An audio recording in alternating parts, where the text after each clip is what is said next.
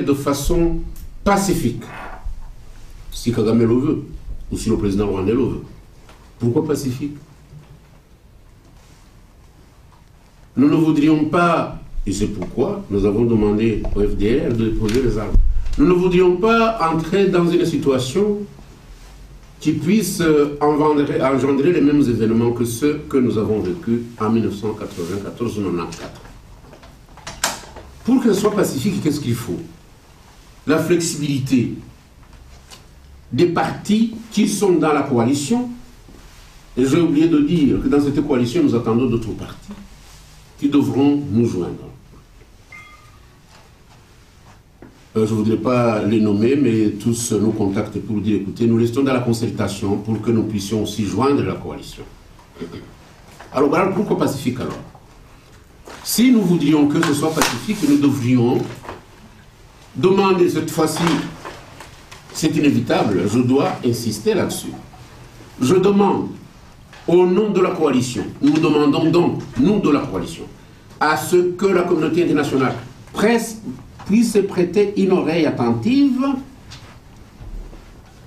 afin que une pression, tant politique ou autre, et même économique, soit exercée sur le régime rwandais afin qu'il accepte de pourparler avec nous pour que les 4 points que je viens de vous signaler puissent être respectés.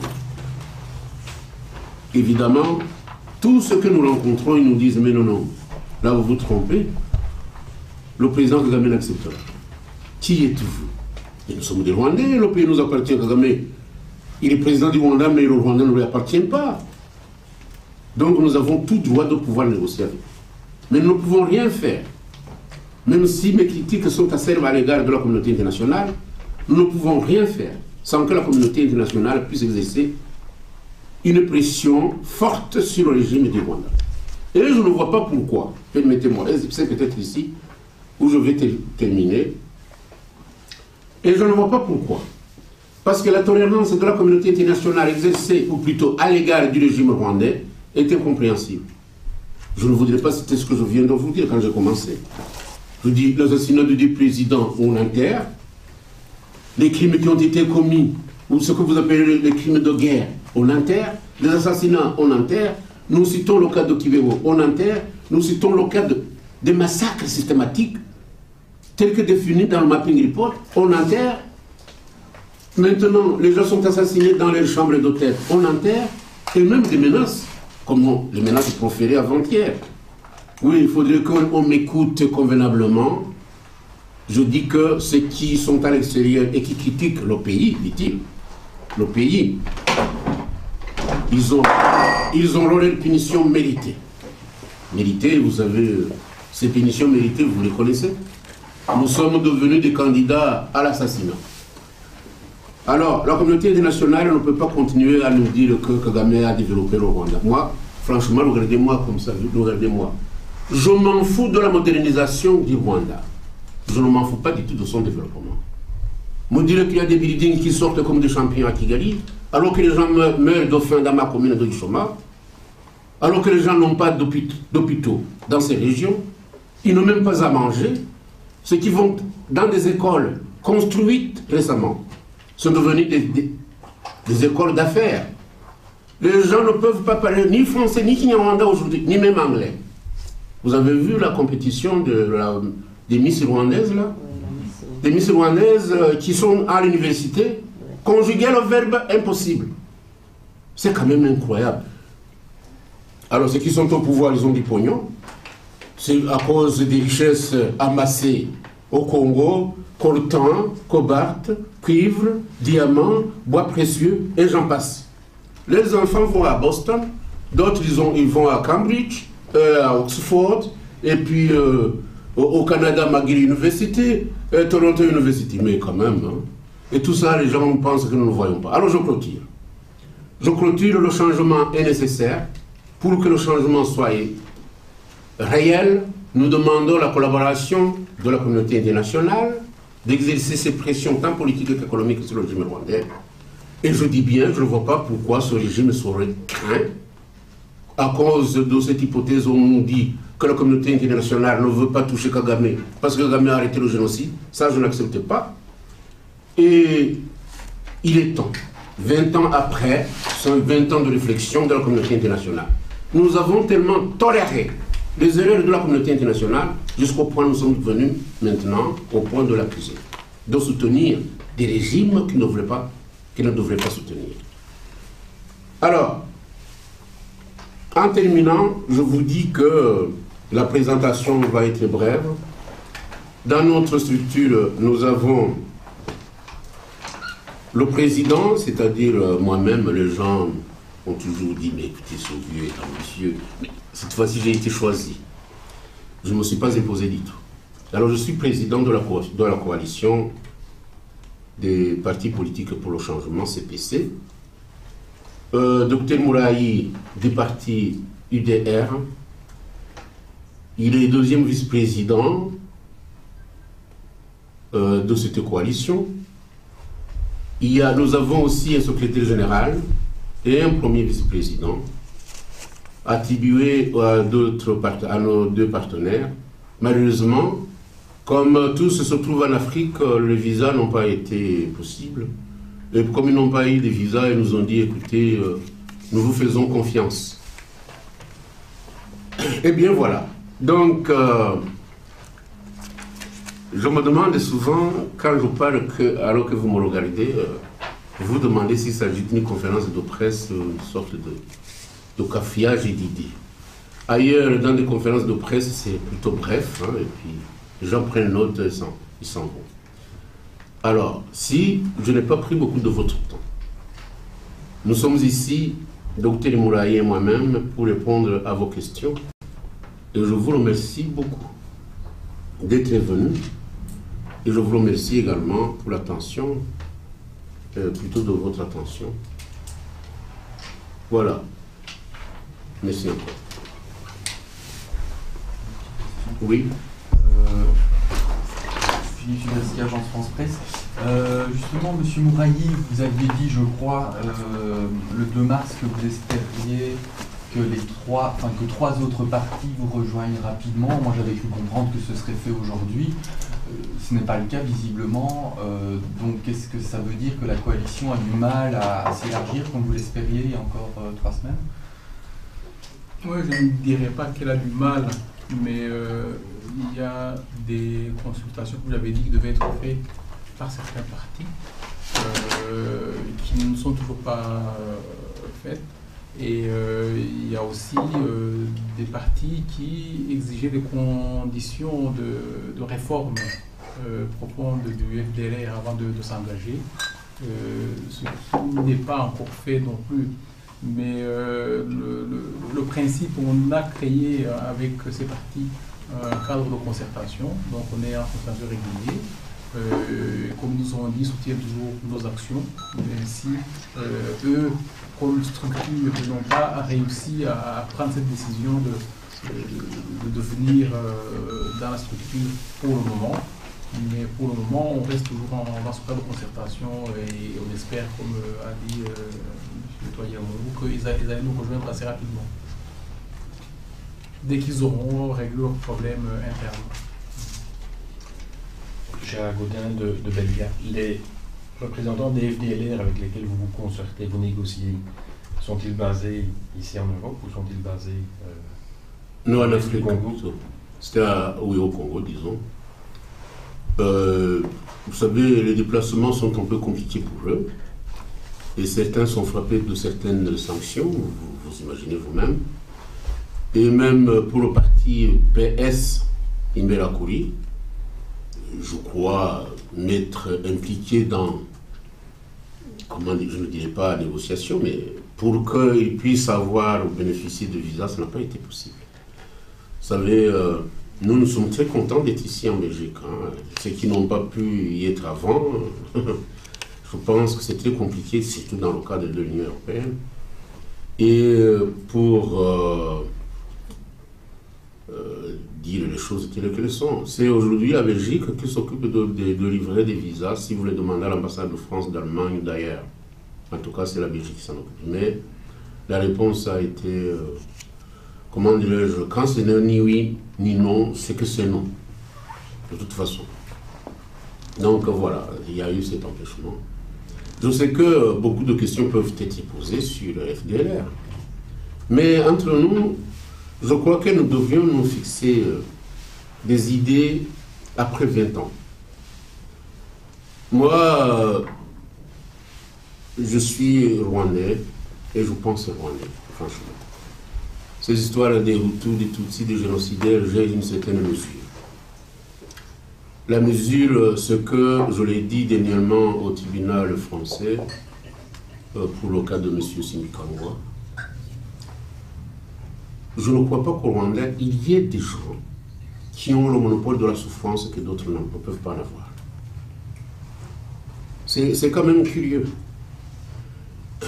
Ceux qui ont eu les leurs tués par les Hutus extrémistes, par les machettes, par les gourdins ou par les fusils, nous déplorons ça parce que, en ce compris les miens, ce que les gens oublient, et le racisme qui s'est installé à cause de ce génocide est extraordinaire. Même quand j'étais Premier ministre, les gens me disaient mais oui, les tiens sont des Hutus, hein. Ils ont été tués par les Hutus.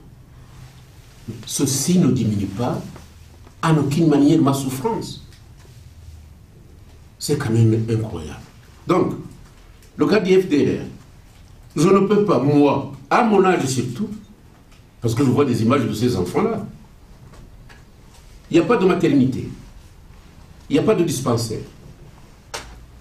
il n'y a pas de centre de santé, il n'y a pas d'hôpitaux, il n'y a pas d'école. Et pour les croyants, évidemment, il n'y a pas d'église. Les gens vivent comme si c'était encore du temps où, même je pense qu'avant l'arrivée des Européens, là, pour civiliser, entre guillemets, les gens vivaient peut-être mieux. Alors aujourd'hui, ils vivent encore sous la menace de la MONUSCO. Demain, on viendra vous attaquer. On va dans les trous. Et on vous a encerclé. On va encore profondément dans les trous. Mais c'est quoi ces histoires-là? Il faut quand même que ces gens puissent vivre normalement. Et tous ne sont pas génocidaires. Que les génocidaires soient arrêtés par ceux-là même qui, au lieu d'aller dans les forêts congolaises, chassent les Hutus ici, là. Je parle de monsieur, c'est quoi ça, Gauthier, son épouse, la traque des Africains génocidaires. Mais qu'on trouve ces génocidaires aussi, dans des forêts tropicales et les chasseurs. Et parlant de ces histoires de Gauthier là et d'Afrose, permettez-moi de vous dire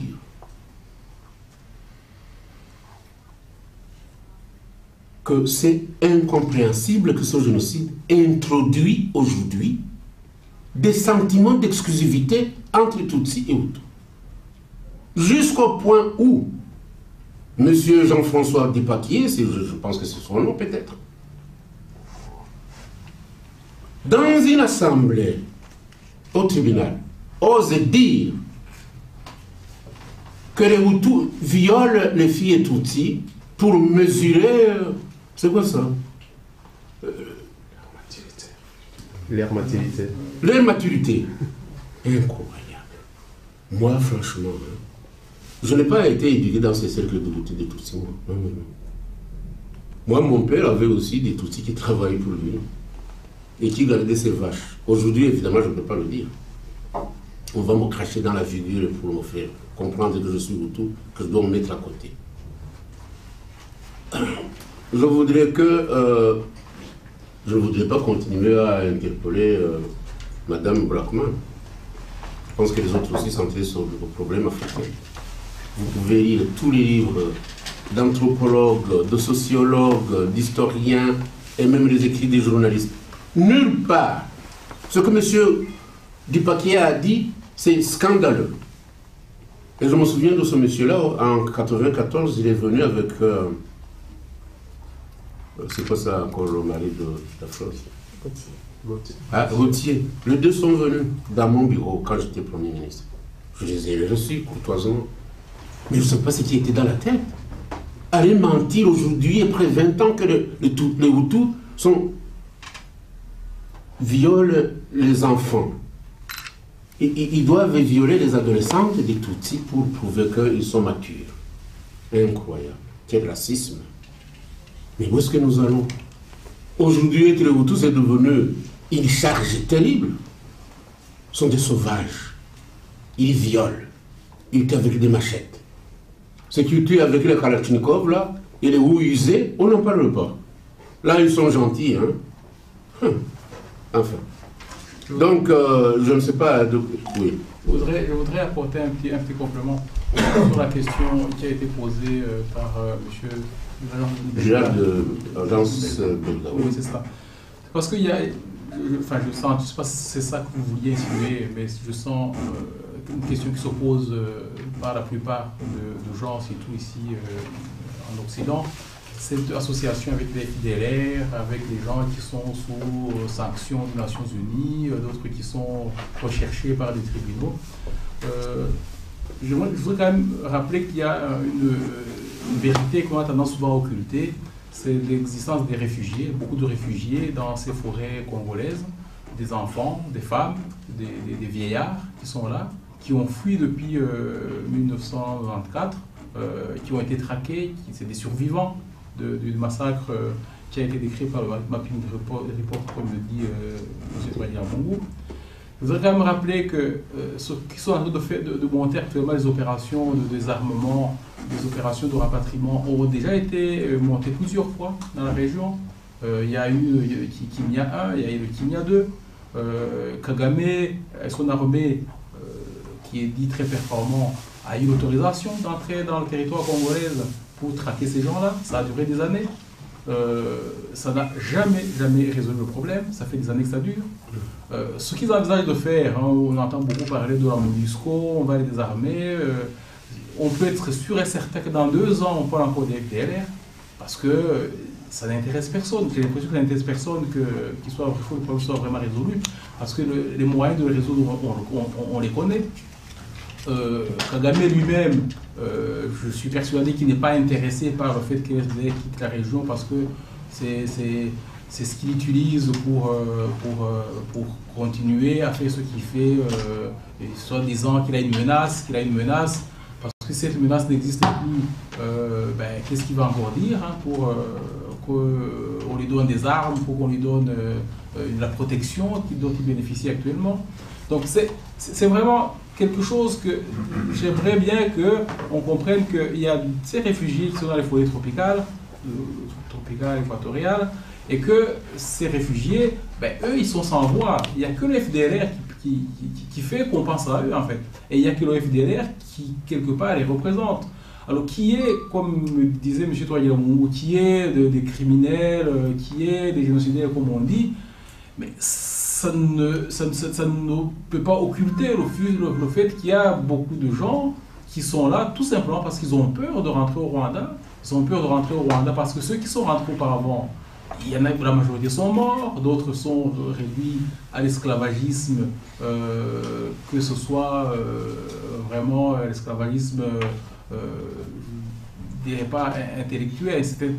Ils doivent, comme disait le président, ils doivent demander pardon tous les matins pratiquement, alors que c'est des enfants qui sont nés, qui n'ont même pas connu ce génocide qui s'est passé.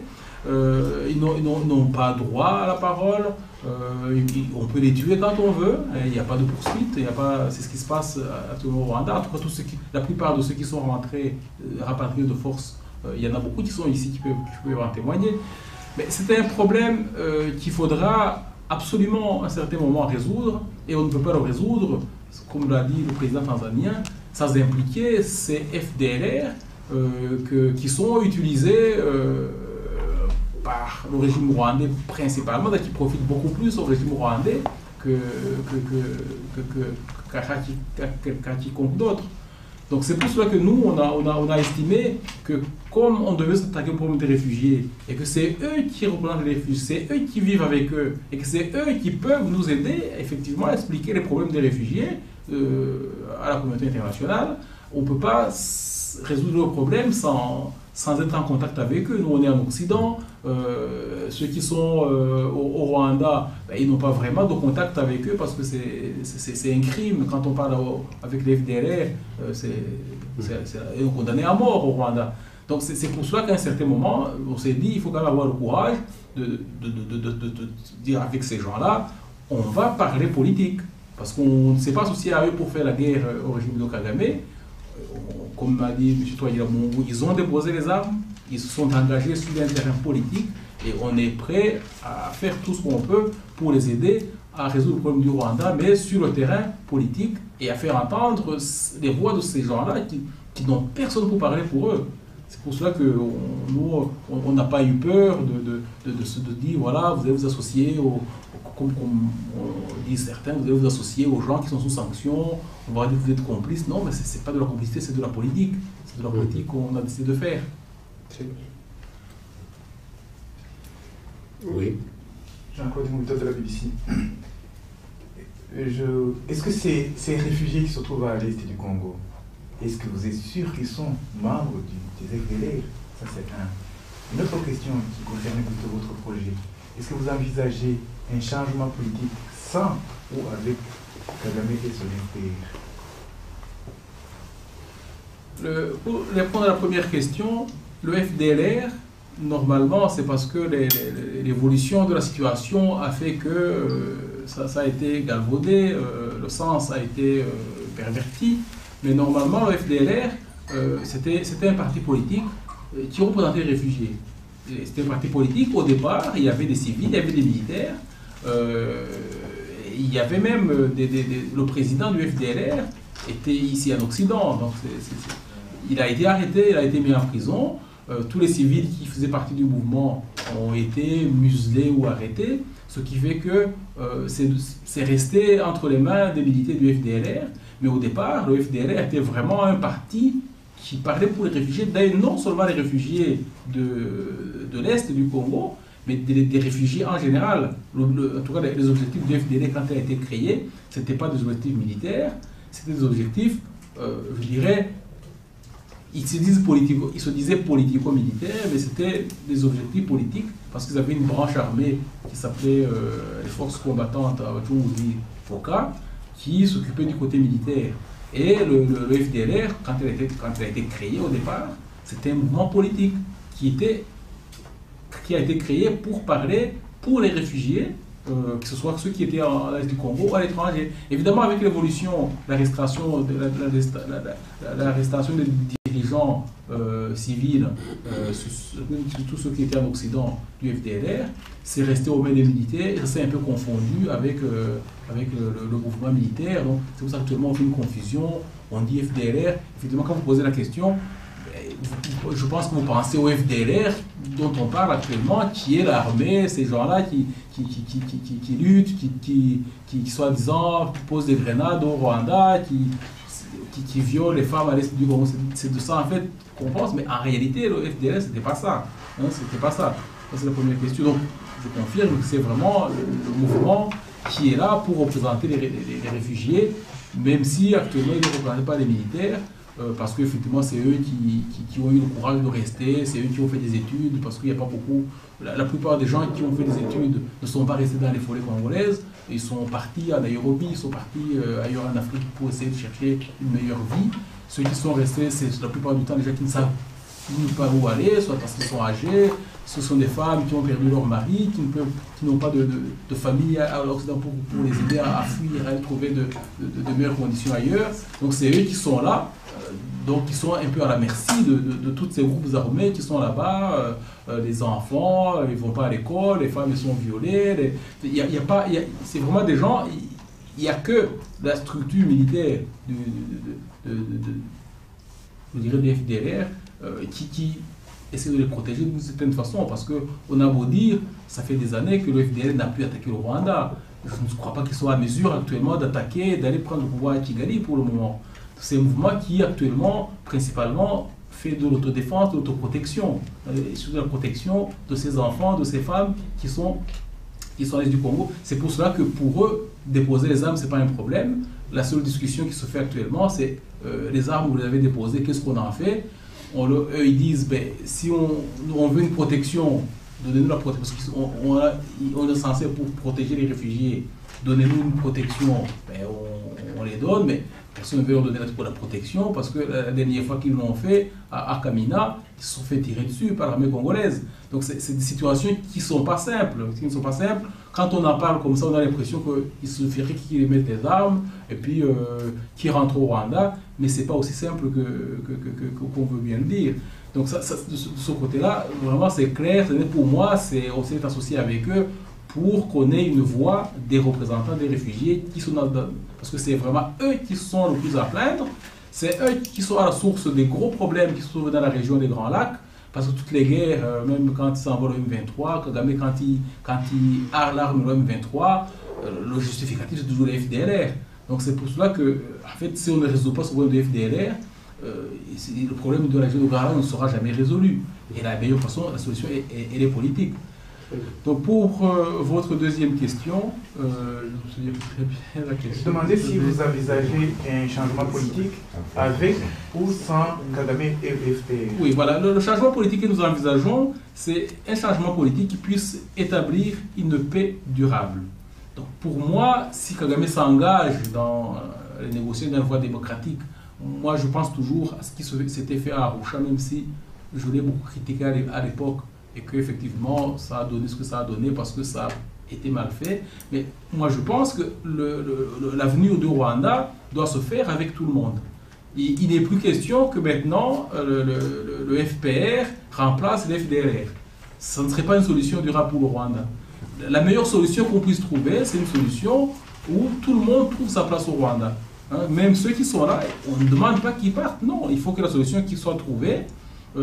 Si on décide de sanctionner les criminels, ben, on sanctionnera tous les criminels, parce que je pense que des criminels qu'on a au Rwanda, Kagame fait partie des plus importants. Si on décide de faire le pardon, parce qu'il y a quand même un modèle sud-africain qui peut nous servir d'exemple, le modèle de l'apartheid, c'est un modèle quand même qui a plutôt réussi sur le plan de la réconciliation, un modèle possible.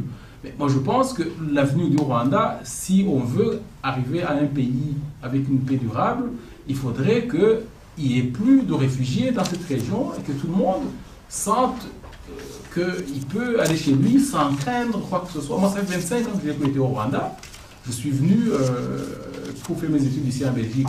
À l'époque, la guerre n'avait pas encore commencé. Mais depuis lors, j'irai maintenant, je me ferai arrêter, je me ferai mettre en prison parce que j'ai critiqué le régime.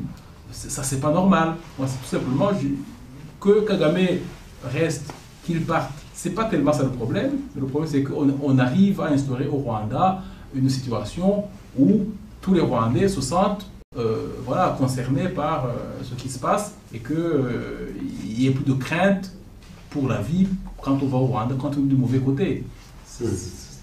Quel est votre souhait? On ne donne pas de conférence de presse. Vous permettez qu'on donne... Bien sûr. Je pense qu'on va être galant quand même. S'il vous plaît, madame. Oui, vous avez, dans le contact avec les FDLR, vous avez expliqué qu'une partie de votre famille avait été victime des extrémistes Hutus. Est-ce que vous avez l'impression que les gens avec qui vous avez parlé ont changé d'idéologie? Et une deuxième question, que pensez-vous des crimes commis par les FDLR au Congo à l'égard de la population congolaise? Doivent-ils bénéficier de l'impunité? Pour la dernière question, pas du tout. D'ailleurs, j'ai oublié de mentionner cette question d'impunité. Pas d'impunité pour tout criminel. Ça, c'est la réponse la plus courte. Mais permettez-moi tout de même d'expliciter un peu. Quand on parle d'impunité, qu'est-ce qu'on pense? Et situons cette question dans un cadre bien précis de la politique tant régionale qu'internationale, et surtout celle qu'on appelle communément la politique de la communauté internationale. L'impunité. J'ai commencé par l'assassinat de deux présidents. L'un rwandais, l'autre burundais. Je n'ai pas à discourir sur cette affaire. Nous tous qui sommes ici, nous ne sommes pas des juges, mais nous savons qui sont les auteurs de cet assassinat. Quelle impunité! Quand ils arrivent ici, c'est tapis rouge, tout en sachant qu'ils sont criminels. Impunité. Nous avons parlé de Kibero. Impunité. comparé à ce qui s'est passé à Srebrenica en 1995. Là, il s'agit d'un génocide. Chez nous, chez les sauvages, ce n'est pas un génocide. Troisièmement, sont les massacres commis au Congo, qualifiés aujourd'hui de génocide s'il y avait un tribunal pour le certifier. Impunité. Et l'armée qui a commis ces crimes, aujourd'hui, sur la scène internationale, apparaît comme étant la meilleure, jusqu'au moment où c'est parmi ces criminels qu'on choisit ceux qui vont intervenir dans d'autres pays pour y établir la paix. Vous pouvez vous rendre compte de ça. Quelle impunité. La dimension de l'impunité, je ne peux pas la définir. En tout cas, les Hutus qui ont commis des crimes au Congo doivent être punis. Sauf si la communauté internationale, évidemment, veut établir une impunité et leur donner l'avantage que mérite le président rwandais et son armée, compte tenu des crimes de guerre commis. Et aujourd'hui, nous ne sommes pas poursuivis. Ce n'est pas de l'émotion. Mais c'est quand même, je me pose beaucoup de questions. Le tribunal international d'Arusha a été forcé, hein, parce que nous, moi j'étais au gouvernement. L'homme qui dirigeait, l'homme fort, n'ouvrait pas de son tribunal. Vous savez de toujours pas. Ce n'est pas Bizimungu en tout cas. Il disait non, pas visiter de tribunal. Il pouvait faire sa justice, lui. Finalement, Madame Albright, c'est l'ancienne ministre des Affaires étrangères américaine, a exigé que le tribunal soit. Le tribunal a été. Pouvez-vous me dire, vous qui êtes ici, que si le cadre établi était du 1er janvier 1994 jusqu'au 31 décembre, ceux qui ont commis des crimes pendant cette période-là devraient être arrêtés. Pouviez-vous me donner un seul exemple où un Tutsi a été jugé devant ce tribunal? Franchement, pouvez-vous me dire que pendant toute cette période, aucun Tutsi n'a commis aucun crime? Quand même. C'est du sérieux ça. Quand on parle du Rwanda, moi, franchement. Donc, c'est tout ce que j'avais à dire sur l'impunité. Quant à dire que non, les criminels qui ont tué les miens, est-ce que... Ah, on a changé de mentalité. Quand j'étais aux affaires politiques dans les années 90, j'ai proposé à ce que les Rwandais fassent une révolution de mentalité. C'est pourquoi j'avais parlé de ces histoires de Kokoma que les gens ont tout simplement balayé d'une main comme ça. Changer la mentalité, c'est-à-dire que ces gens-là, je pense qu'ils ont changé de mentalité. Je pense. Sinon, si les gens vous disent aujourd'hui, nous déposons les armes et nous voudrions que nous ayons des entretiens avec le pouvoir pour que les conditions que nous réclamons quand même, c'est les droits aussi, puissent être acceptées par le régime en place. Donc ils ont changé de mentalité. Et puis sur cette question en deuxième lieu, je ne défie pas, mais je demande à la communauté internationale de nous montrer qui est génocidaire et qui ne l'est pas dans ces histoires de réfugiés qui sont au Congo. Mais globalisé là, nous ne sommes pas d'accord. Nous le soutiendrons jusque peut-être à notre dernier soupir si on continue de créer l'amalgame. Il faut que ceux qui ont commis des crimes soient désignés ou appréhendés, sanctionnés ou alors arrêtés et être introduits devant les tribunaux. Sinon là c'est le cafouillage, il y a toujours des génocidaires globalement. Kagame envoie son armée, il vient de vous parler de... C'est quoi ça? Kimia 1? C'est Kimia, c'est quoi? Kimia 1, Kimia 2, puis il y a eu encore autre chose, de 3, je ne sais pas. Hein? Amani, des histoires. Alors, permettez-moi, on est faible, nous n'avons pas de force. Vous représentez le 4e, c'est quoi ça? Le 4e pouvoir. Et vous ne vous imaginez pas la force que vous avez. Si vous pouviez tout simplement dire à M. Kobler, Martin Kobler, de prêter une oreille attentive à ce que lui disent les enfants ou alors les représentants de ces réfugiés congolais, plutôt rwandais. De ne pas tellement créer cet esprit de nouveaux chassons. Et moi, je n'accepte pas qu'on prenne les Rwandais comme des moutons les conduire à la frontière rwando-congolaise et les expédier à Kigali ou au régime rwandais. Je n'accepterai franchement pas. Je ne peux pas accepter cela. Nous ne sommes pas des esclaves. Nous savons que ceux qui ont quitté en 96 ou en 96, certains ont été massacrés dans les villages. Cette histoire-là ne pourra pas se reproduire. La communauté internationale doit s'engager et protéger quiconque se trouve encore dans le forêt congolais. Je vous dis. Donc, changement de mentalité, ou plutôt d'idéologie, je pense que ça a changé. Je parlerai trop. Mais, ça me permet de vous dire ce que les gens disent, les extrémistes et Tutsis, parce qu'il y en a souvent, on oublie. Oui, les Tutsis, les Hutus, ils sont nés avec des gènes d'Otivé. Même ceux qui étaient dans le... C'est quoi ça? Dans les mères, ils sont nés avec des sentiments de génocidaires, quand même. Hein. Moi, je vous dis, hein, j'achève mes 69 ans le 14 août de cette année. Je n'ai jamais vu quelque chose de semblable aujourd'hui. Un racisme entre les Africains eux-mêmes, c'est terrible. Entre les Africains eux-mêmes. Et ceci, évidemment, permettez-moi de le dire, à cause de notre histoire. Avant l'arrivée des Européens, tout ce monde était nu, sauf des caches-sexes. Les Hutus comme les Tutsis. Certains courant derrière des vaches qui ont des petites cornes, évidemment ça c'était des Hutus, et qui cultivaient, labouraient la terre. Les autres avec des grandes cornes là, et qui étaient à la cour du roi, ce sont les Tutsis. Dernièrement, j'ai dit, les pauvres Hutus et les pauvres Tutsis pouvaient se marier entre eux. Et ce matin, j'ai découvert que j'ai un petit neveu qui est marié à un prince. Nous le montons. L'arbre généalogique, nous arrivons chez Yuhi Gahindiro. Mais ce garçon est venu se marier avec ma petite nièce. Qu'est-ce que vous voulez? Et vous parlez des Hutus et des Tutsis. Et j'ai vu des Tutsis naître après le génocide. Ils se sont transformés comme ça. Hein. Ils sont devenus Tutsis. Des gens qu'on connaissait être des nôtres sont transformés. Donc, pour vous dire, les Hutus ne naissent pas avec leur gène de tuer. Et quand on parlait de la violence n'a commencé que peut-être à la cour du roi. Apprenez quand même l'histoire. C'est quoi ça l'histoire des Abégas, la tribu ou le clan de Kagame? Vous connaissez M. Kabari, qui est l'ancêtre de Kagame?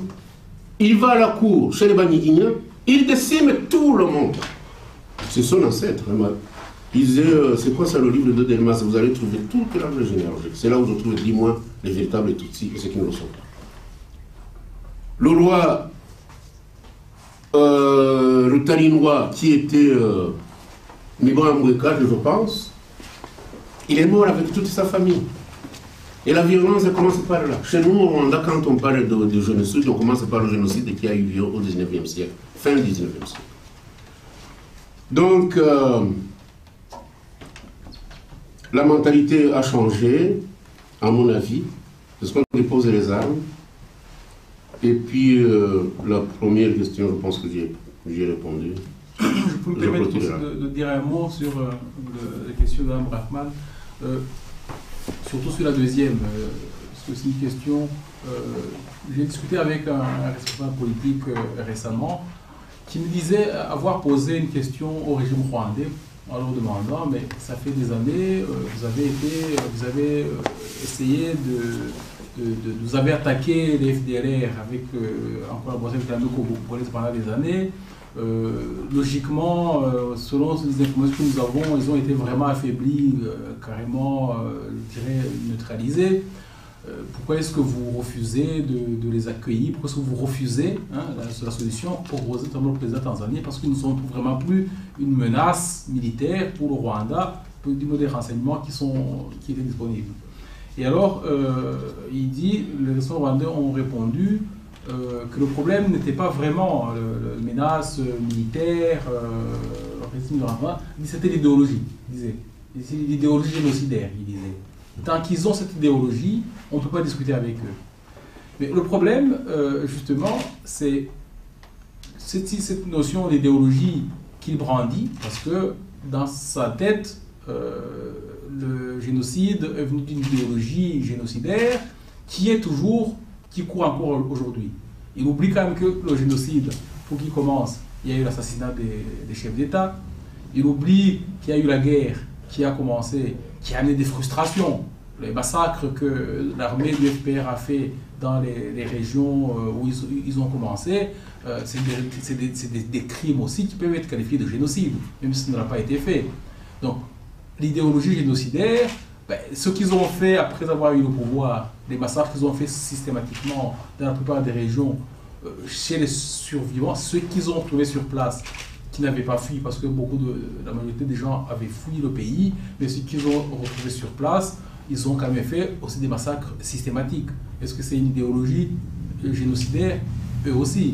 Ils appellent ça de la vengeance. Il y a encore un chanteur qui a chanté récemment qu'il fallait penser aussi à ceux qui ont été victimes de la vengeance, et ça a hérissé le poids de Kagame. Donc il faut analyser la situation. Il y a ici en Occident des gens sans doute qui ont encore une idéologie nazie, mais ils existent parce qu'il y a des lois qui les contrôlent, il y a un système qui permet, qui définit ce qui est légal, ce qui n'est pas légal, mais c'est un Rwanda comme ça dont on a besoin. Même s'il y a des gens qui ont une idéologie génocidaire dans les FDLR, s'ils expriment et que les lois les sanctionnent, ils seront sanctionnés. Il faut établir un état de droit. On ne va pas refuser une solution qui peut amener la paix, parce qu'il y a des morts tous les jours. Vous avez parlé des exactions commises par les FDLR à l'est du Congo, mais bien sûr, ils doivent être sanctionnés. Ils doivent être sanctionnés, mais comme a dit M. Twagiramungu, le problème, c'est de sanctionner certaines exactions et pas d'autres. On sait très bien que le M23 a fait beaucoup d'exactions. Mais qu'est-ce qu'on dit actuellement? On dit maintenant au président Kabila, il faut négocier avec eux, il faut les réintégrer. Mais tout ça, c'est des solutions, c'est pas des vraies solutions. Il faut vraiment prendre le problème de cette région, essayer de trouver une solution globale, sans toujours vouloir ménager Kagame, comme disait M. Twagiramungu dans sa présentation, soit disant parce qu'il a arrêté le génocide, soit disant parce qu'on n'a pas intervenu pendant le génocide. Si on veut, parce qu'il y a eu beaucoup de morts après le génocide que pendant le génocide, dû aux conséquences de ce qui s'est passé, il faudrait qu'à un certain moment on dise on va arrêter cette affaire. Et comment est-ce qu'on peut l'arrêter? Il n'y a qu'une seule façon de le faire, c'est de prendre le problème dans sa globalité et d'essayer de résoudre ce problème en fait qui vient du Rwanda. Le problème de la région vient uniquement du Rwanda. C'est bien, en tout cas. De ce côté quand même, parce qu'on ne discrimine pas les gens qui sont là-bas. Hein. Jean de T, vous avez levé le doigt? Ah, moi, j'ai pas levé le doigt. Ah ouais, c'est parce qu'on vous aime en tout cas. Donc, c'est Peter ou AFP? AFP. Merci. Vous indiquez souhaiter que le gouvernement actuel au Rwanda accepte de négocier avec votre coalition. Et d'un autre côté, vous avez des mots très durs vis-à-vis du régime actuel, puisque vous dites que ce sont des assassins qui sont au pouvoir. Donc est-ce réaliste d'espérer, souhaiter de négocier avec un régime tout en l'accusant d'être parmi les plus grands criminels actuels? Donc est-ce que vous avez réellement espoir que ce processus puisse s'entamer? Moi, c'est qui les ont transformés en anges devraient essayer de nous aider à leur dire que ce que nous voulons, ce n'est pas de les assassiner. Les négociations, on commence par l'extrémité et puis on se rencontre à un point central. C'est ce que je pense. Vous savez, dans le temps, on parlait d'Ignenzi, d'histoire comme on parle aujourd'hui, des criminels ou des génocidaires. Mais tout ça, les Rwandais peuvent s'asseoir et régler les problèmes. Et quant à dire que j'ai des mots durs, mais j'ai des mots vrais plutôt. Vous ne pouvez pas me dire que ce que je dis ici, vous ne le dites pas. Vous le dites peut-être d'une autre manière. En tout cas, moi, j'ai ma façon de le dire. Et ça m'afflige beaucoup. De voir que tous ces crimes ne sont pas punis, et que ceux qui les ont commis sont au pouvoir, franchement. Et entretenus. Et comment? Dernièrement, le gouvernement belge est incroyable, hein, comme s'il voulait nous faire tous plaisir. Alors, je suis belge, c'est bien, pour nous faire plaisir. Il faut mettre dans des journaux que le président rwandais va faire va venir ici, je pense, le 2 et le 3 avril. Donc il faut mettre ça première page, hein, c'est ça. Et le gouvernement belge connaît quand même les crimes du président rwandais. Mais moi, je ne vois pas je ne sais pas quel vocabulaire je dois utiliser. Moi, je suis fait comme ça. Je suis très sincère. J'ai travaillé avec le régime du président Kagame. Je sais de quoi je parle. Je sais pourquoi j'ai démissionné. Avec mon frère et ami, comme disait un certain chef d'État africain, là, quand il voulait créer la confusion. Quand j'étais avec cette Sénat-Chambre, c'est plus particulièrement sur les crimes commis au Rwanda, alors que nous étions soi-disant responsables. Un Premier ministre, l'autre ministre de l'Intérieur. N'est-ce pas? Pour certains, tuer, c'est quand même, hein? S'il vous plaît. Vous êtes jeune, mais un crime comme celui qui vient d'être commis le 31 décembre, dans la nuit là, qui donne au 1er janvier 2014, en Afrique du Sud. Avez-vous jamais vu ça? Pour moi, c'était du jamais vu. Même pas dans des romans, oui, peut-être, mais ailleurs. Et puis le 12 janvier, un chef d'État vient, il s'enorgueillit, et il demande aux religieux d'applaudir que quelqu'un est mort. C'est avec cette personne que nous devons négocier. Alors que ceux qui n'ont pas commis autant de crimes comme lui, je prends prenons le cas de M. Mathieu Ngilumbatse que je connais. L'homme qui m'aida à célébrer la messe de mon mariage. C'était le 1er décembre 1979. Il est en prison. Pouvez-vous comparer ce monsieur, président du MRND, avec le président du Rwanda aujourd'hui, en termes de crimes? En tout cas. Donc moi, je ne suis pas extrémiste, je vous dis la vérité. Mais si le président rwandais estime qu'il ne veut pas négocier parce que il est innocent, c'est son affaire. Tout à l'heure, j'ai utilisé le mot pacifique. Et je suis très profond là-dessus. Mais si Kagame souhaite avoir une autre guerre, comme il est guerrier, peut-être c'est ce qu'il entend. Mais continuer à mépriser les chefs d'État qui lui conseillent de négocier ou d'écouter même, dire qu'il va les tuer, comme il en a tué d'autres, c'est quand même incroyable. Et moi, je vous dis en toute sincérité, en toute humilité, je ne dis pas ceci parce que je voudrais, comme certains le croient, mais ce type-là, il est ambitieux. Ce n'est pas question de pouvoir. C'est question de fierté pour mon peuple rwandais, Hutu et Tutsi réunis. La division qu'il y a, la division que Kagame a causée entre le peuple rwandais est tellement profond que pour le réparer, il faut un changement en profondeur. Franchement, je vous dis, c'est dit jamais vu. Et ce qui nous étonne, nous, c'est de voir l'Occident glorifier ce monsieur-là. Incroyable. On le glorifie, c'est l'homme fort qu'il nous faut.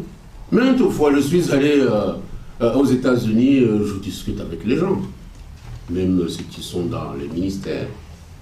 Oui, il a apporté la stabilité dans la région. Vous pouvez vous imaginer ça? Il a apporté la stabilité dans la région et puis il a établi la sécurité à l'intérieur du pays. Il est parvenu à faire vivre les Hutus qui ont tué avec les Tutsis victimes. Mais mon Dieu. Qu'on l'applaudisse aux États-Unis, qu'on l'applaudisse ici, au Rwanda, ce n'est pas la même chose. Je ne voudrais pas aller très loin. Je ne voudrais pas aller trop loin, mais la question que vous posez est logique. Comment pouvez-vous négocier avec quelqu'un que vous... Et alors, vous voulez que j'aille négocier avec des anges, moi? Non, non, non. Je négocie, et avec humilité, avec des criminels qui l'acceptent pour que nous puissions créer un monde nouveau. Ça n'a rien à faire. Et moi, je me battrai jusqu'à mon dernier soupir, jusqu'au point où les jeunes Rwandais puissent encore vivre ensemble. En tant que Rwandais, Hutu, Tutsi, ensemble. Puisque ce qui nous différencie au 19e siècle jusqu'en 1959, ce n'existe plus. Il n'y a aucun Hutu qui va labourer la terre sans salaire chez un Tutsi. Il y a plus d'un Hutu qui va travailler à la cuisine chez un Tutsi. Et ainsi de suite. Nous étudions tous dans les mêmes universités. Et bon, des fois, nous avons peut-être le même point. Mais la mesure de l'intelligence ne se mesure pas ni par la longueur des gens tels que définis par les anthropologues, ni par la petitesse des mâchoires ou des épaules. Ce n'est pas ça qui mesure l'intelligence. Nous sommes tous maintenant intelligents, devant les professeurs. Nous pouvons tous diriger notre pays, conformément aux conditions actuelles de management ou de gestion. Donc je ne vois pas ce qui peut aujourd'hui nous différencier. Je ne vois pas. Les vaches n'existent plus. Et surtout de longues cornes, ça n'existe plus. Ah oui, le président en a quand même. Mais très peu. C'est pas comme avant. Qu'est-ce qui nous différencie, nous, Rwandais? Quoi? C'est quoi? Qu'est-ce qui peut me dire ce qui nous différencie? Il a les Occidentaux, quand ils arrivent au Rwanda, ils ont de la peine de différencier les Hutus et les Tutsis. Alors, qu'est-ce que vous voulez que je fasse de mes enfants, là, qui ressemblent aux Tutsis aujourd'hui? Et quand 60% des gens au Rwanda, des Hutus pour la plupart, ressemblent à ce que vous prétendez être les Tutsis. Qu'est-ce qu'on va faire? Il faut absolument qu'on trouve une solution. Et la pièce maîtresse pour que nous trouvions une solution, Kagame est dedans. Je ne le condamne pas, mais je dis ce qu'il est, mais il ne m'appartient pas de le condamner. Ce qui devait le condamner, c'est la communauté internationale, qui nous a imposé le tribunal international, mais à sens unique, hein, et il croit que nous ne voyons pas ça. Et on parlait de la réconciliation. Le tribunal international avait été établi pour la réconciliation nationale du Rwanda. Mais on trouve là des Hutus, hein, uniquement des Hutus. Je ne parle pas, je ne voudrais pas citer des noms. Ceux qui ont assassiné les évêques, vous les connaissez. Les évêques, du temps où je suis catholique, enfin, je ne sais pas, comme les prêtres ne disaient plus la messe, je ne vais plus à la messe en tout cas. Mais,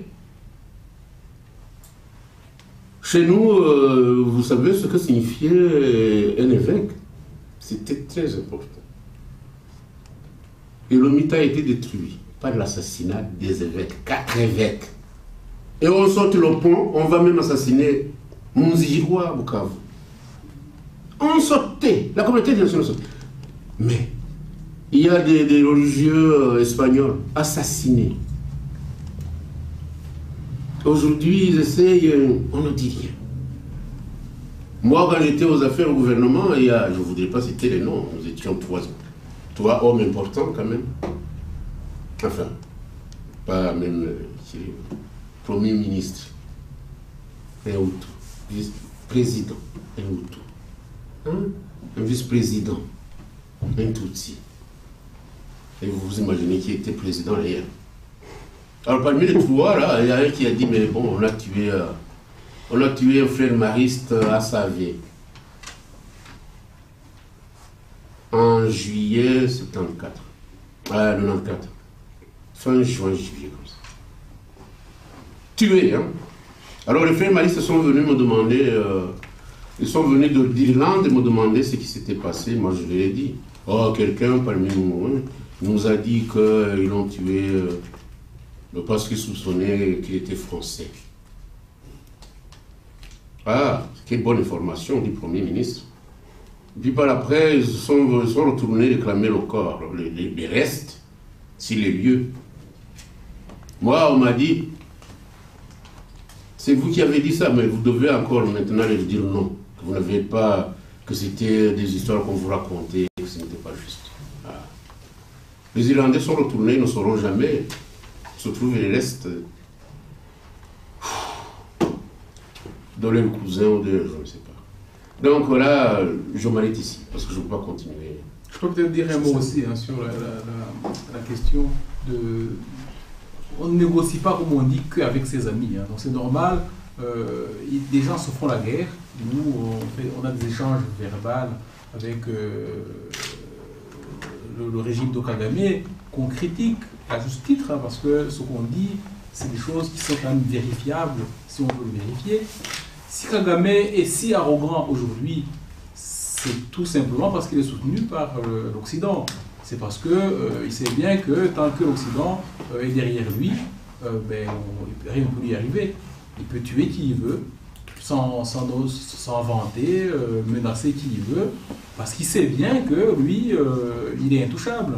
Mais en réalité, c'est pas vraiment par les Rwandais, parce que c'est pas quelqu'un qu'on dirait qu'il est aimé par les Rwandais, donc les Rwandais se battront pour lui si jamais il y avait quelque chose.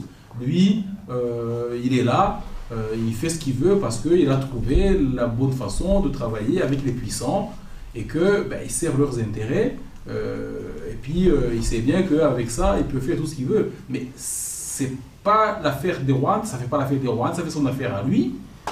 Lui, il pense que le Rwanda, c'est, comme disait M. Yamongo, c'est un peu son entreprise, il en fait ce qu'il veut, il tue qui il veut, mais parce que tant que ceux qui le soutiennent ne verront pas en fait que c'est eux qui sont à l'origine de tous ces crimes, et qui s'ils ne s'arrêtent pas de toute façon, tôt ou tard, ça finira par leur tomber dessus, parce qu'on ne peut pas couvrir des crimes indéfiniment.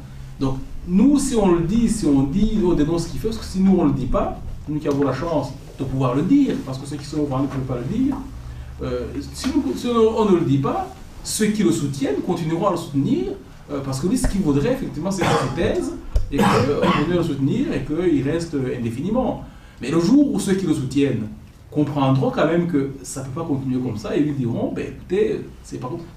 Le fait qu'on négocie, les armées qui se tirent dessus, qui s'entretuent, négocient et trouvent un accord, et ils vivent ensemble.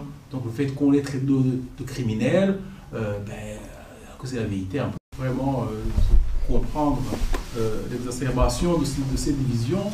Il y a actuellement au Rwanda un programme qui s'appelle Doumbouya Rwanda. Je ne sais pas si vous avez entendu parler. Donc c'est un programme, c'est pas une loi, mais qui voudrait que les Hutus demandent pardon pour les crimes commis par leurs semblables. C'est ça. Mais après ça, comment est-ce qu'on peut dire qu'il a pacifié les rapports entre les Hutus et les Tutsis? Comment est-ce qu'on peut dire ça? Parce qu'au début, il est venu en disant voilà, il n'y a pas de Hutus, il n'y a pas de Tutsis, on supprime ça dans les cas d'identité, on n'en parle plus, le premier résolu, il n'y a que des Rwandais. Et actuellement, il dit mais les Hutus, ils doivent demander pardon quand même pour les crimes comme pour les semblables. Mais ça veut dire quoi ça? C'est ça la pacification des rapports entre les gens au Rwanda? Non, pas du tout. C'est un pouvoir machiavélique qui savent dire ce qu'ils doivent dire, surtout quand ils doivent s'exprimer devant l'extérieur. Ils ont inventé, ils se disent techniciens du mensonge. Ils manipulent tout, ils manipulent les rapports les rapports du FMI, ils manipulent tout, ils manipulent le langage. Ils ont réussi à imposer au monde entier une vision, en payant les cabinets de communication, les grands cabinets américains de communication. Ils ont réussi à imposer un peu leur point de vue, mais en réalité, ce qui se passe, en réalité, ça n'a rien à voir. Quand c'est le président lui-même qui soutient une initiative comme ça, où les enfants qui sont nés même après le génocide doivent demander pardon pour les crimes commis par leurs semblables, vous imaginez ça? Peter. Revenir au début de la conférence de presse. Parce que la coalition a été lancée, je crois, le 1er ou 2 mars. Le 1er mars. Ce que vous nous présentez aujourd'hui, qu'est-ce que c'est? Est-ce que c'est le programme adopté par les 4 partis? Officiellement, c'est ça. On peut dire, voilà, la coalition créée il y a 3 semaines nous a présenté les grands points de son projet. Est-ce que c'est ça? Vous avez adopté les 4 partis, c'est la position commune des 4 partis qui forment cette coalition. Quel est le statut de ce que vous nous... On va vous donner ceci, et je vous dis qu'il s'agisse de notre code de conduite, qu'il s'agisse de notre projet de statut, que nous ne vous donnons pas en tout cas, qu'il s'agisse du programme sur le changement, nous sommes tous entendus. Deuxièmement, comme il a bien dit, il existe d'autres partis, je veux les signaler, qui ont accepté de continuer avec nous dans un cadre de concertation. Il s'agit des partis Force démocratique unifiée, FDU. Il s'agit du parti PDP Imanzi. C'est le parti démocratique de défense, je crois, Pacte démocratique de défense. Et il s'agit enfin du parti démocratique rwandais, je pense. PDR. C'est quoi ça encore? Nous sommes en concertation. Je termine par le troisième point. C'est vous dire que nous continuerons de consolider cette coalition et que, aujourd'hui, devant vous les journalistes, je me permets de faire un appel, je ne dirais pas solennel, en tout cas, un appel tout de même, à ce que le parti avec lequel nous avions commencé les négociations de départ, RNC, c'est quoi ça RNC? C'est Rwanda National Congress, de nous rejoindre pour que cette coalition soit encore plus forte. Nous ne voyons pas des raisons qui empêcheraient le RNC de rejoindre la coalition, puisque l'objectif visé est le même. Le changement fondamental politique au Rwanda. Donc, nous ne reculerons jamais. Cette coalition doit être confortée plus que jamais. C'est pourquoi, je pense que le Dr Mouraï a bien expliqué, quand il a défendu pourquoi nous avons approché le FDR, c'est qu'ils veulent un changement de régime devrait être impliqué dans cette coalition. Cette coalition sera pacifique. Cette coalition voudrait travailler avec la communauté internationale pour faire pression, je ne fais que me répéter, pour que la communauté internationale exerce des pressions sur le régime afin que ce changement puisse avoir lieu. Un autre point pour finir, nous ne pouvons pas parler de changement sans y impliquer le retour des réfugiés qui est très important pour nous. Et pour que ce retour soit plus efficace, il est évident que les conditions internes dans notre pays absolument changent. Voilà, c'est ça pour répondre à votre question.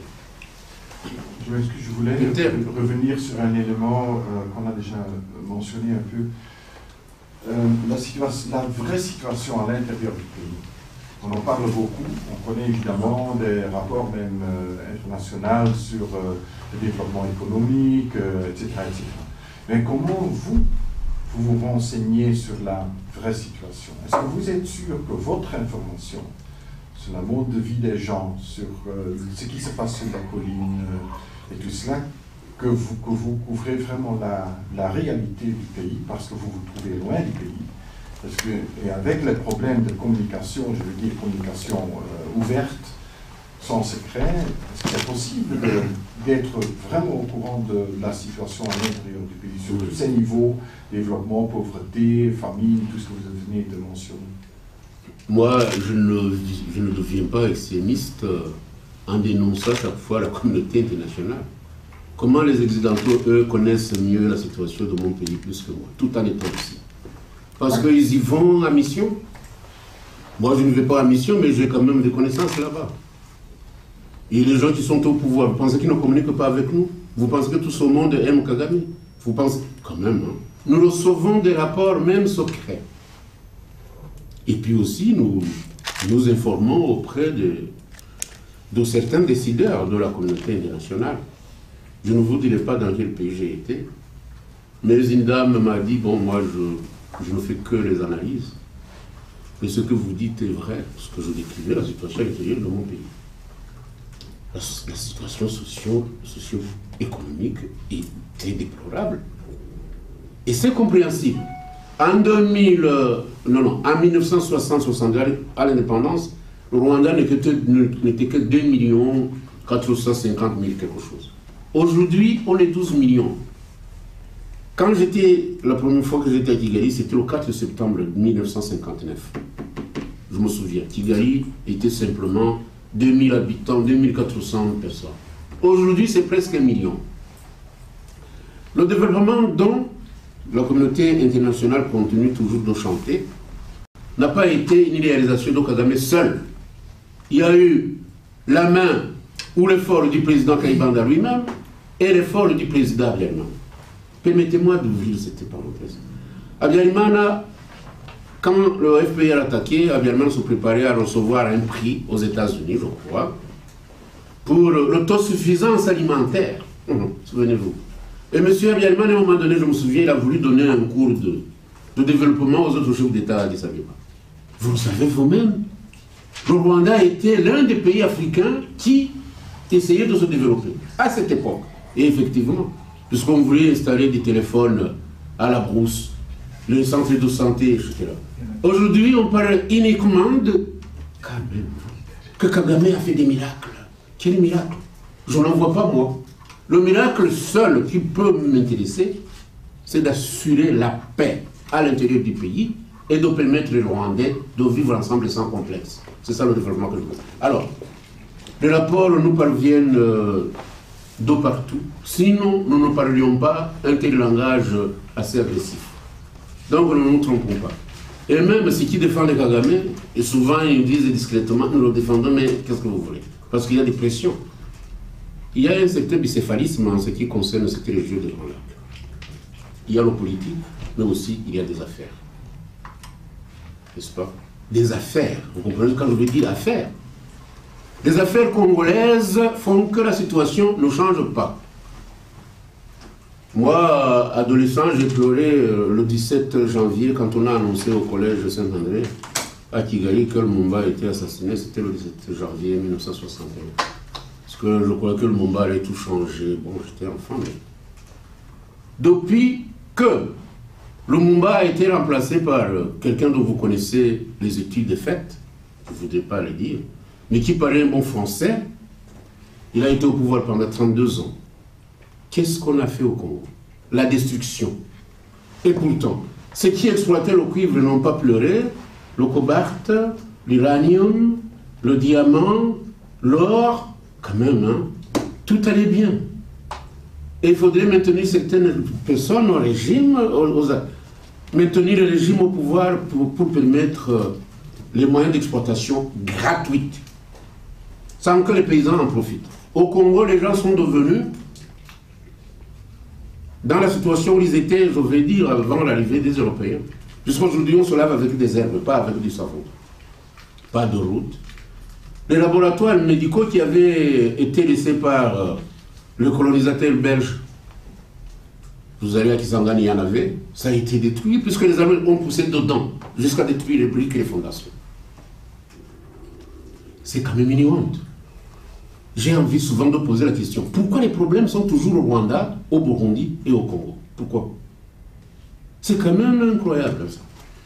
Donc, Kagame, revenons sur votre question parce qu'elle est pertinente. Il y a le politique. Politique, oui, je pense notamment aux pays de l'Union européenne qui peuvent nous aider. Mais aussi, il y a des affaires, c'est dont il a parlé, des lobbies invisibles qui font pression sur les décideurs européens et qui font pression sur les décideurs américains. Ces gens qui exploitent le coltan ailleurs. Mais les Congolais qui creusent chaque jour le coltan n'ont pas de souliers. Ils mendient pour manger. Pourquoi? C'est ça le système que les gens voudraient maintenir. Et permettez-moi, je pense que j'aurai l'occasion de pouvoir visiter peut-être un jour le président congolais. J'ai eu l'occasion de le faire, mais discrètement, une fois. Mais regardez l'avènement de Kabila. Il commence à crier, voilà, nationalisme, tout ça, et les Rwandais doivent retourner chez eux. Il a été au pouvoir pendant combien de temps? De 1998 jusqu'à 2001, n'est-ce pas? Uniquement. Et qu'est-ce qu'il a remplacé là? Pour nous fermer les yeux. Un jeune homme de 28 ans. De 28 ans. Sans expérience. Ne connaissant même pas la géographie de son pays. La perpétuité dans les affaires, toujours. Le Congo a besoin d'être dirigé par des gens formés, et il y en a. Mais ces gens n'ont jamais eu l'occasion. Curieusement, c'est lui qui n'avait pas été élu, qui a été apporté au pouvoir à 28 ans, voudrait même changer la constitution pour perpétuer son pouvoir. Et la communauté internationale va accepter. Et ici, je condamne, franchement, je condamne tant ce qui va se passer au Congo avec le changement de constitution, je condamne profondément ce qui va se changer au Burundi avec le changement de constitution. Et quoi encore? Le Rwanda. Et au Rwanda également. C'est quoi ces histoires-là? Je ne parle pas de l'Ouganda. C'est un roi. Mais j'ai toute une histoire qui pourrait vous intéresser si vous pouvez m'aider à écrire un livre, j'écrirai des histoires. Moi, avec la révolution de choses de l'Ouganda, je suis allé à Kampala. J'étais très heureux de voir qu'un universitaire formé dans un pays progressiste, Tanzanie, est au pouvoir. Jeune. Il avait alors, je pense, 41 ans, je ne sais pas. Mais aujourd'hui, il veut installer une dictature familiale. Incroyable. Incroyable. C'est quand même incroyable. Tous ces chefs d'État-là sont intéressés par les affaires. Ah oui, l'un dit, mais on a découvert du pétrole, je ne peux pas quitter le pouvoir sans que, quand même, j'assiste au projet que j'ai commencé. Et l'autre vous dira, ah oui, nous avons Vision 2020, je ne peux pas quitter sans que je trouve... L'autre qui a été mis au pouvoir, écoutez, moi, je ne peux pas quitter sans que j'ai l'âge de Mobutu, peut-être. C'est quoi ces histoires-là? Et l'autre dit, Burundi, au pouvoir de manière négociée, change de constitution. Mais revenons sur ma question fondamentale. Il y a des rapports de la Banque mondiale, du Fonds monétaire, qui crient de haut sur le développement économique, les belles chiffres. Est-ce que toutes ces grandes instances se font tromper par le régime à qui il est? Bien sûr. La falsification des chiffres se font par le technicien que Kagame a apporté lui-même. Mais de toute façon, chiffre ou pas chiffre, ce que je regarde, c'est la réalité sur Terre. Les gens meurent de faim. Les gens ne mangent pas à leur faim. Les gens ne peuvent plus cultiver comme ils cultivaient avant. Il y a des coopératives qui sont venues de l'Ouganda qui amassent maintenant du thé. Le thé a été vendu aux Indiens. Et de façon que je ne peux pas décrire ici. Et pourtant, au nom des gens qui sont au pouvoir, sont devenus des affairistes. Et est-ce que pour un journaliste occidental qui va sur le terrain, oui, c'est possible de vérifier cela? De vérifier s'il y a une falsification. Oui, et de vérifier s'il y a vraiment famine. Ah, jamais, jamais, jamais. Un journaliste non pas dit. S'il y a famine, non, non, non. Qu'il y a famine. Oui. Si on vous autorise d'aller à la campagne, oui. Mais si vous allez à la campagne, vous serez accompagné. Je parie qu'un occidental... Vous cacher la réalité. Bien sûr. Mais comment? Mais les Inkotani ou le FPR ne sont pas comme les Abiyarimana, hein, qui laissaient tout le monde aller voir sur les villes. Non, non, non. Vous devez être accompagné. Et j'ai oublié de vous signaler justement, qu'est-ce qui s'est passé en 93 ou 93 ou 92 avec le rapport. Vous vous souvenez du rapport? Oui, je connais. De FIDH avec Human Rights Watch, avec Carbonare, qui est allé pleurer devant Mazur, là, France 3, je pense. Pourquoi est-ce qu'ils n'ont pas visité les régions de Katitumba? Pardon? On les a empêchés. Qui ça? Les Inkotani? Mais voilà. Voilà. Donc on dit, voilà, les Hutus ont commencé à commettre les décrits. Mais vous vous souvenez de Carbonare? Pleurer à la télévision. Et par après, il est devenu conseiller du président Bizimana. La corruption. Bien entendu. Mais nous avons été, y compris moi-même, nous avons été accusés de tout un tas d'histoires. Que les extrémistes aient tué les Tutsis, ces extrémistes doivent être punis. Mais que tous les Hutus doivent porter ce bagage-là sur les épaules, nous ne pouvons pas accepter.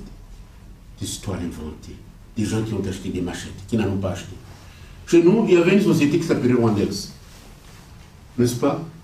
Cette société a été la première à importer les machettes. Moi, j'étais chargé de contrôler toutes les entrées des marchandises, travaillant au sein d'une société qui s'appelle STIR, c'est-à-dire Société de transport internationaux du Rwanda.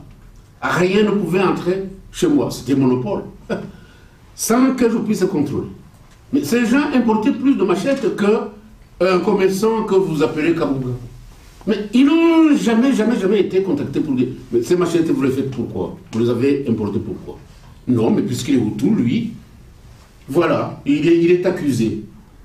Et les machettes chez nous, curieusement, ne pouvaient entrer, je vous dis ce que je sais, hein, ne pouvaient entrer que fin mars, début avril, et ça terminait fin mai. Pourquoi?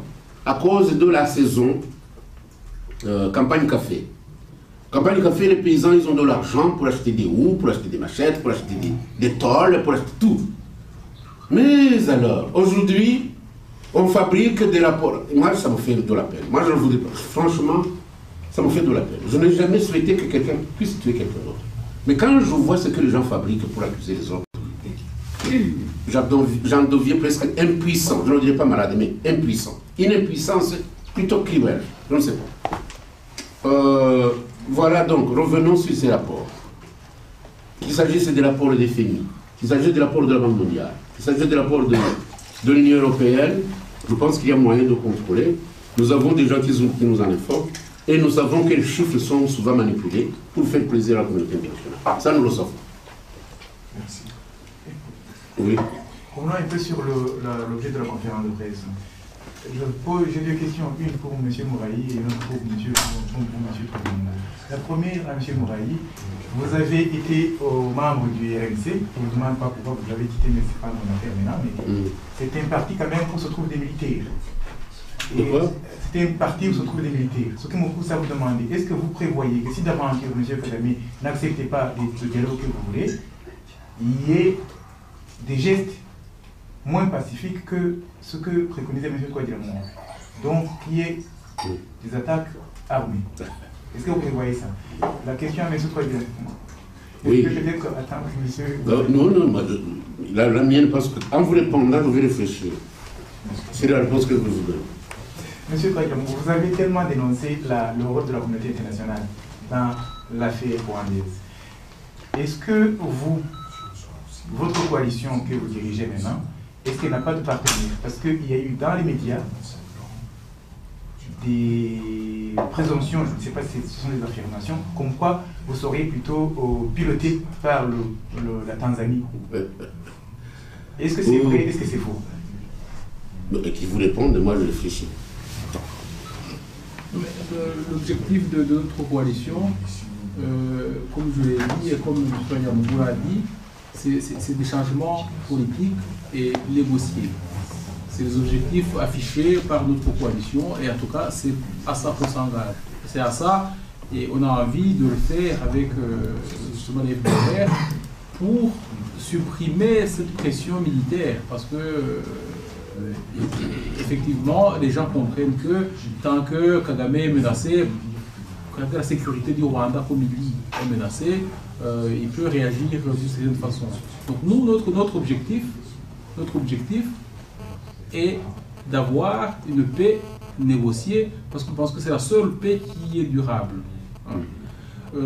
Et nous voulons arriver à impliquer tous les Rwandais, de l'intérieur, de l'extérieur, et nous voudrions que tout le monde comprenne que c'est la seule solution possible pour qu'à un moment, on ait une paix vraiment durable au Rwanda. Nous n'envisageons pas d'armée, de toute façon, nous n'avons pas d'armée, nous ne voulons même pas en avoir, parce que nous n'avons même pas les moyens d'avoir une armée pour aller combattre Kagame, qui a une armée très performante, suréquipée, nous dit-on, qui fait la paix dans le monde entier. Ce n'est pas ça notre objectif. Mais nous espérons, parce que les armées les plus lourdes, on pense à l'Égypte, on pense à la Tunisie, même les armées les plus fortes, quand il y a une demande forte démocratique, finissent par s'effondrer. Moi je pense que même son armée, c'est ce qu'on disait souvent au RNC, même son armée pourrait un jour se retourner contre lui parce que même dans son armée, il y aurait des problèmes. C'est ce qu'en tout cas, quand j'étais au RNC, c'est ce qu'on disait, c'est ce qu'on voyait. Donc, la solution nous proposons une solution politique. Et nous demandons à la communauté internationale, comme je répète ce que j'ai dit au départ, la force de Kagame, ce n'est pas sa force personnelle. Sa force, il obtient du soutien qu'il a des grandes puissances, enfin, pas des grandes puissances, en tout cas de ces lobbies qui influencent les décisions des grands décideurs. Et nous espérons que par nos actions, par tout ce que nous allons faire, que ces décideurs finiront par comprendre qu'ils ont intérêt, parce que le jour où on lui dira de ne plus continuer à assassiner les gens, de ne pas continuer à terroriser les gens, tout changera, parce que tout passe par là. C'est parce qu'actuellement au Rwanda, il y a un régime de terreur où les gens n'osent plus parler, même dans les bureaux, les gens n'osent même pas se parler entre eux, parce qu'il y a toujours une troisième personne qui peut vous écouter et rapporter ce que vous avez dit. et après vous risquez gros. Ils ont un système, quand on m'en parle, c'est vraiment pire que ce que j'entendais du KGB ou des grandes dictatures. C'est très organisé, ce qui fait que le jour où il ne pourra plus terroriser les gens, vous verrez, tout va s'effondrer parce que sa force est tout à fait artificielle. Ce n'est pas une force réelle construite sur son armée, il est financé, c'est l'aide internationale qui détourne ces fameux rapports dont on parlait. Les gens du RN savaient que ils étaient dans le système. Donc ils t'expliquent comment ils manipulaient ces rapports dont on parlait. Quand il y a une aide internationale qui arrive et qu'il les détourne pour acheter des armes, il crée des rapports, il crée des appels d'offres, il crée des rapports de banque pour dire que l'argent a été utilisé alors que l'argent a réellement été détourné dans les banques. Et il s'arrange justement pour que quand les rapports vont être discutés au FMI, au Fonds monétaire international, ces lobbyistes y soient allés. C'est vraiment un système de mafia très très bien organisé, comme ça a été rarement fait en Afrique. Donc tout ça, quand ça sera mis à jour, parce que c'est ça que tous les partis d'opposition, comme il disait, on espère qu'on a besoin des forces des gens du RNC, comme vous dites, qui ont plutôt une culture militaire, mais qui ont quand même beaucoup à apporter aussi à l'opposition rwandaise. Quand on mettra tout ça à nu, le système va s'effondrer. Donc moi je ne pense pas que faire la guerre à Kagame peut apporter une solution. Vous misez sur la pression populaire comme ça s'est passé en Tunisie ou en Égypte? Pression populaire, d'abord pression de la communauté internationale qui va libérer les gens. Parce que les gens actuellement au Rwanda, s'ils étaient libres, il y a longtemps que ça serait terminé. Parce que quand il y aura une libération de la parole, vous entendez quand même les pressions actuellement, il assassine des opposants à gauche, à droite, on lui dit quand même que c'est pas normal. Le juge comprendra qu'il ne peut plus aller assassiner quelqu'un, peu importe tuer, parce qu'ici on fait des critiques, et que demain nous envoie un gang pour nous assassiner. Le juge comprendra qu'il ne peut plus faire ça, et que les gens commencent à s'exprimer de plus en plus librement. Les choses se feront tout seuls. Donc la première chose qu'on a voulu faire, en tout cas, nous qui avons accepté de signer dans la coalition, c'est de démystifier cette affaire du FDLR. Vraiment démystifier ça. Dire que c'est des Rwandais qui sont réfugiés depuis 20 ans, qu'il y ait des criminels dedans, apparemment il y en a en France, en Belgique et ailleurs aussi, mais c'est pas une raison pour maintenir des gens comme si c'était pas des hommes, dans des conditions où ils n'ont pas droit. Ils sont au Congo, le HCR ne les reconnaît pas, le gouvernement congolais ne les reconnaît pas, donc ils sont là, ils vivent comme des animaux dans la forêt. Et ça, c'est pas normal, c'est pas acceptable. Et il n'y a personne qui le dit parce que justement, ceux qui parlent, on les traite de génocidaires, on les met en prison. C'est pas normal. Donc voilà, quand tout ça sera mis à jour, et que la communauté se réveillera quand même pour comprendre qu'il y a des gens qui, pendant 20 ans, vivent comme des animaux dans les forêts congolaises, et que c'est pas inacceptable. Parce qu'il y a quand même, ça fait 25 ans que je suis ici en Occident, il y a une conscience humaine, humanitaire, qui existe en Occident, et c'est pour cela qu'ils font tout pour cacher la vérité, mais quand la vérité sera connue, je pense que le système va s'effondrer. De toute façon, il sera obligé d'accepter si on lui demande. Vous voulez que je vous réponde? Oui, sur votre relation avec la Tanzanie et moi, je suis... le soutien que vous soutenez d'eux. Écoutez, moi, il y a des gens, et particulièrement des Rwandais, qui pensent que je suis un politicien ordinaire. N'est-ce pas? Moi, je ne suis pas un politicien ordinaire. J'ai créé un parti. Qu'on l'ait dilué, ça c'est une autre affaire. Et j'en ai été président. J'ai été Premier ministre désigné par les accords de paix d'Arusha. Désigné. J'ai été, enfin, après le génocide, Premier ministre. Je ne m'en suis pas désigné. Il y a eu une certaine unanimité sur ma personne. Moi, j'étais dans une commune qui s'appelle Belkem. Et le ministre de classe m'a envoyé des gens pour que j'aille dans son bureau discuter. J'étais réfugié, je ne savais même pas, je n'avais pas encore demandé les documents pour que j'ai le statut de réfugié. Alors le ministre m'a dit, monsieur, c'était en juin, vers fin juin, il va falloir que vous retourniez au Rwanda parce que les choses vont changer quand même. J'ai été conduit à un moment donné avec l'ambassadeur Rawson à l'ambassade des États-Unis. Il faut aller travailler avec le FPL. Je suis parti. Et je suis parti, le FPL ne voulait pas que je vienne. Mais j'ai accepté malgré tout ce que j'avais sur mon cœur, je n'avais plus les miens quand même. Mais je suis allé quand même, hein. J'ai été Premier ministre. J'ai tout fait pour que cette réconciliation puisse avoir lieu. On m'a dit que c'était trop tôt. J'ai rencontré des personnalités, c'est là où je voudrais en venir. Tanzaniennes, les Mwinyi, le secrétaire général des Nations Unies, Salim Salim.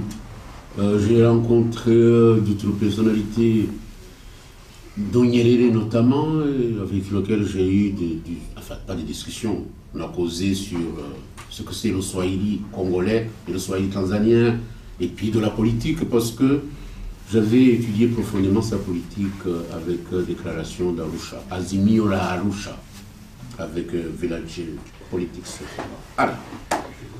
Alors, M. Kikwete, je ne l'avais jamais rencontré.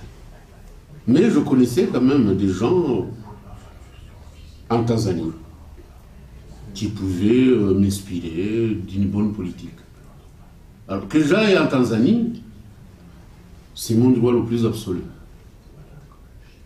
Parce que quand je lisais les journaux rwandais, là, c'est enflammer les gens. Il est allé au... C'est mon droit. Mais il racontait des histoires que j'ai rencontré le président Kikwete. Je ne l'ai pas rencontré. Mais alors, c'est ce que vous voudriez savoir. J'imagine qu'on ne rencontre pas un chef d'État comme ça.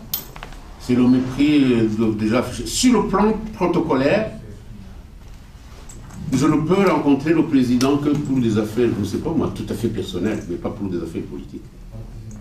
Le protocole ne veut pas l'autoriser, hein, n'est-ce pas? Et alors les gens croient que rencontrer le président africain, c'est simple. Alors, je suis allé en Tanzanie parce que j'y ai des connaissances. Je suis allé en Tanzanie aussi pour effectivement demander aux connaisseurs si ce qui a été dit à Addis Abeba par le président Kikwete était fondé. Et j'ai trouvé que c'était fondé. J'ai trouvé que la Tanzanie a enquêté pendant 4 mois sur la situation des réfugiés rwandais vivant au Congo. C'est ce que vous devez savoir. Enquêter pourquoi? Parce que la brigade tanzanienne ne devait pas aller à l'aventure. Il fallait faire, c'est quoi ça, de lieux visite, connaissance du terrain. Mais en étudiant cette histoire de connaissance de terrain là, ils en ont profité pour savoir ce que c'était les FDLR. Les FDLR sont des citoyens rwandais, ce sont des réfugiés, ils ont fait rapport au président, et le président Kikwete a demandé à son collègue, pourquoi négocier? Ne négociez-vous pas avec ces gens? C'est tout. Et puis, I.M. Freeman, ces histoires de pression du Rwanda là, de dire il est allé là-bas, il est allé... Et puis le président Kagame, avant-hier, il a dit que tous ceux qui combattent son régime, il allait les liquider, y compris les chanteurs maintenant. Je pense. C'est quand même incroyable. Hein? Enfin, moi, je chante bien, chez moi en famille, évidemment. Mais oui. Vous ne vous sentez pas menacé ici? C'est une très bonne question. Et moi, je pense que je ne sais pas, est-ce que je suis sain d'esprit? Je vous dis, madame, franchement, dernièrement, quand j'avais décidé d'aller au Rwanda, on m'a posé la même question. Ici, malgré le discours de Kagame, je ne me sens pas menacé du tout. Franchement. Et je me dis, en dernière analyse, je me dis, si je me suis engagé en politique, surtout la politique africaine, même bon, ailleurs aussi, j'entends. Je me dis, si on tirait une balle dans ma tête, là, chauve en tout cas, je me dis, bon, je serais peut-être tué pour une cause. Quant au Rwanda, j'avais décidé de rencontrer le président Kagame avant que j'aille sur la scène politique. À deux. Je m'étais décidé de demander une audience à deux. Pour pouvoir discuter des questions de notre pays, afin que je lui dise vis-à-vis la réalité que je sens. C'est tout. Ça n'a pas eu lieu. Alors menacer, bon, comme tout le monde, mais je ne pense pas beaucoup. Bien au contraire, les miens y pensent souvent. Parce qu'il y a qui m'a dit, mais si jamais ils venaient te tuer dans la maison et que vous n'êtes pas là, c'est nous qui vont être tués. Enfin, les miens sentent quand même cette menace. Et moi, je pense que je compromets peut-être leur avenir aussi, mais je ne sais pas moi. Donc, je me sens menacé jusqu'à un point où les miens peuvent disparaître ou être assassinés dans une activité politique que j'ai choisie. C'est tout. Mais bon, qu'est-ce que vous voulez que je fasse? Je ne peux pas. Ça fait 19 ans que je suis ici. J'aurais pu être désigné comme Special Representative of Secretary General of UN, quelque part. Pourquoi pas? Je sais ce qui exerce ces histoires de représentation spéciale, des secrétaires généraux, qui ne sont pas plus intelligents que moi. J'aurais pu demander à M. Kofi Annan, que je connais, pour l'avoir reçu dans mon bureau, plus d'une fois en tout cas, et dire, écoutez, s'il vous plaît, je voudrais être... Il aurait pu m'offrir ça, mais je n'ai pas voulu. Je connais d'autres aussi députés européens, qui ont été aux affaires en France, qui auraient pu m'aider, mais je n'ai pas voulu. Je me suis dit, je me concentre à la politique pour que nous rentrions chez nous. Et les années en Occident, vous ne savez pas, avancent plus vite que les années en Afrique. Il y a 19 ans de ça. Imaginez-vous. Et je vieillis. Mais mes idées ne vieillissent pas. Voilà, je pense qu'on doit clôturer. À moins que mon collègue ait... Il faut ça aussi, quand vous me posez la question sur la peur, moi je réponds toujours la grande phrase de Nelson Mandela, qui a dit que le courage, c'était pas de ne pas avoir peur, mais plutôt de travailler avec la peur. Parce que la peur, vu qu'on n'a pas peur, ce serait un mensonge, mais on travaille avec la peur. Voilà. Et je pense que vous nous soutiendrez dans l'expression de la coalition que nous avons pu vous exposer. Et en terminant, je vous dis, c'est peut-être répondre au nom des autres à la dernière question que vous venez de poser, Madame Brackman, pour laquelle nous portons beaucoup d'estime compte tenu de la maîtrise de la situation de chez nous. Pour dire que cette peur, on travaille avec la peur, dit-il. N'est-ce pas? Si on travaille avec la peur, c'est qu'il y a une menace quelque part. Moi, je ne peux pas parler au nom de tout le monde. Mais je voudrais aussi vous informer en terminant que notre partenaire PS Mbelakoui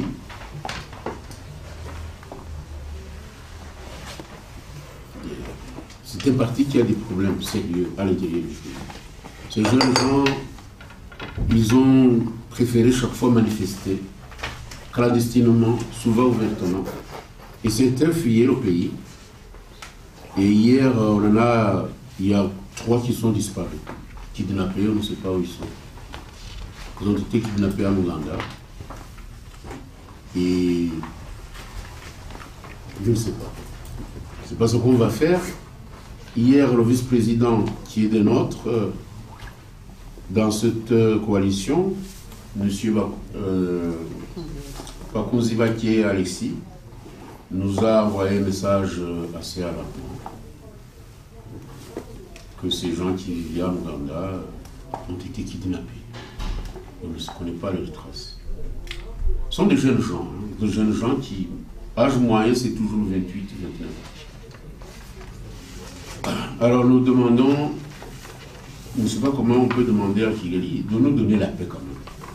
Nous ne voudrions pas, nous ne combattons pas nous. Nous voudrions que les choses changent, il faut donner la chance à ces jeunes gens. Pour qu'ils puissent, à l'an 2040, 50, célébrer la réconciliation de leur pays, et pas de les poursuivre, les égorger, les faire disparaître comme ça, et les enterrer souvent vivants. Donc voilà, c'est inutile de vous donner les noms parce que ça ne sert à rien, mais ils sont à 3. Et nous espérons que la question va se régler. Nous vous remercions tous en tout cas. Moi, je vous applaudis d'être venus, de l'avoir répondu positivement à notre invitation.